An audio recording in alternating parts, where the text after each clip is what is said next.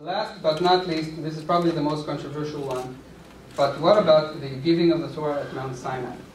So according to Jewish understanding and belief, the Torah, which is the book at the basis of Jewish belief, was dictated to Moses by God, and when he was on Mount Sinai, and he wrote it down without punctuation marks, spaces between words, just wrote a stream of letters.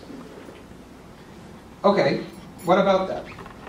Do you remember this guy from the original video?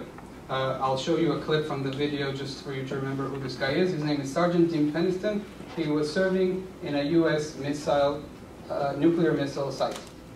You're walking up to it and you touch it. What do you do? Touch it that? Do you grab it? Tell us about that. Okay. I started doing the walk around 360 of the object, and as I came around, I seen there was an inscription on the front, and this is what you saw, right? That's what I saw. So I started walking around the craft, and I seen the glyphs, and as I ran my hand from the fabric of the craft, it was smooth to touch. You ran your hands along it? Oh, yeah. Okay, so he was part of a very famous UFO case that went down in UFO lore as one of the most important ones, called the Rendlesham Forest incident, where a military base where a UFO landed and was touched by military personnel. A lot of things happened. But one of the most interesting things and relevant to this lecture happened was that this man, Jim Peniston, received a telepathic message when he touched the craft. Do you have any conscious memory of how it... Oh, it absolutely was telepathic. It wasn't like I could see it in front of me, like visually. It was like it was a pictorial that was running a movie in my brain. You know, it was a mind's eye kind of thing. Yeah, it wasn't. I couldn't physically actually see something. No, and it was flashings of zeros and ones. And later we find out it's some type of binary code, which be honest with you, I have trouble with algebra, or I'm not a math person by no means, let alone computers. And in 1980, I don't think we even had computers that we used, so it was foreign. Okay, so this guy went home, okay, and he wrote down 01, 001, 01, 001, 001.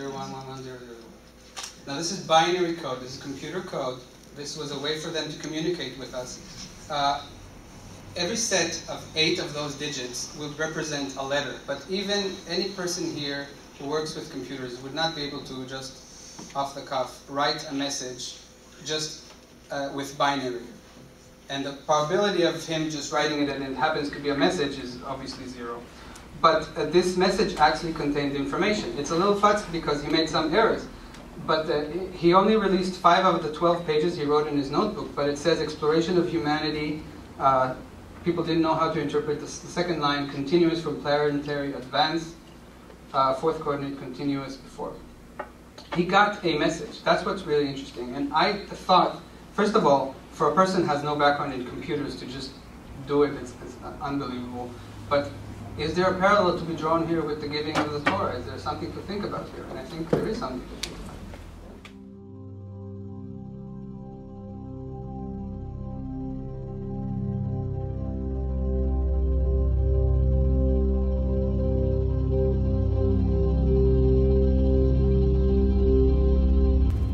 Happening now. The questions that will rise from being introduced to extraterrestrial civilization will be very profound.